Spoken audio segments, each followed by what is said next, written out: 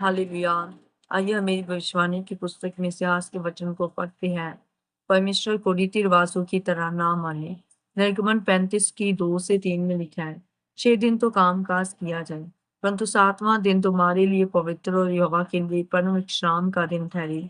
उसमें जो कोई काम काज करे वह मार डाला जाए। वन विश्राम के दिन तुम अपने अपने घरों में आग तक ना जलाना।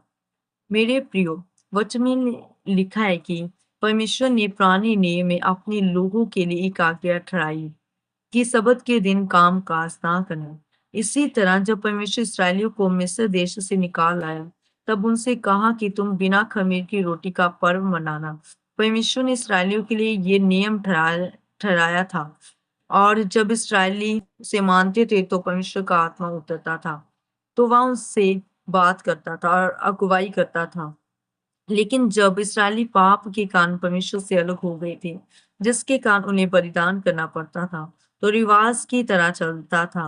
लेकिन नए नियम में प्रभु यीशु मसीह के बलिदान के द्वारा उन्होंने रीति रिवाजों पर अधिकार प्राप्त कर लिया, और प्रभु यीशु मसीह के बलिदान के बाद रीति रिवाजों को मनाना बंद हो गया। अब अनुग्रह आ चुका है, और अब सबत के दिन का अधिकारी भी यीशु मसीह है। जैसे मत्ती 12 की 8 में लिखा है, नुष्का पुत्र अर्थात यीशु मसीह सबत के दिन का भी प्रभु है, जिसका बोझ संदूकी फरीसी नए नियम में भी उठा रहे थे। वे अपने आप को उन रीति रिवाजों में बांधे हुए थे और परमेश्वर के अनुग्रह को स्वीकार नहीं किए। यीशु मसीह ने सब कुछ पूरा कर दिया।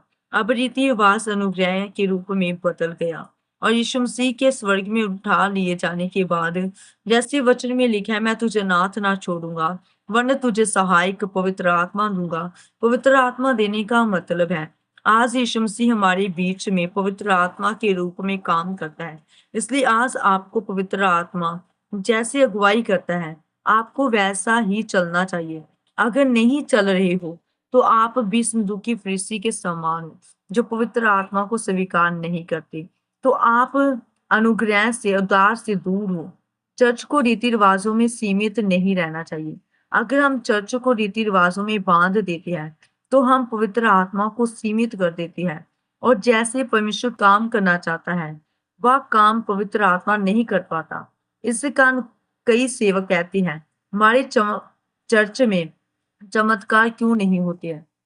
फिर वे झूठी भविष्यवाणियां करने लगती हैं। जैसे कि प्रेरितों के काम 2 अध्याय में लिखा है, पवित्र आत्मा उतरा और लोग अन्य भाषा बोलने लगे। अर्थात आज पवित्र आत्मा काम करता है। आज परमेश्वर की संगति में बने रहने के लिए, उद्धार पाने के लिए, परमेश्वर के साथ चलने के लिए और चर्च की बढ़ोतरी के लिए पवित्र आत्मा की जरूरत है। आमीन। आइए हम मिलकर अंगीकार करते हैं। सर्वशक्तिमान परमेश्वर, इस वचन के लिए मैं आपका धन्यवाद करती हूँ। मैं अंगीकार करती हूँ कि मैं पवित्र आत्मा को सीमित नहीं करूंगी। परमेश्वर, मैं किसी भी रीति रिवाज के अनुसार नहीं चलूंगी। पवित्र आत्मा का आदर करूंगी। आप मुझे पवित्र आत्मा की अगुवाई से चलने का अनुग्रह दीजिए। प्रभु यीशु मसीह के सामर्थी नाम में, आमीन।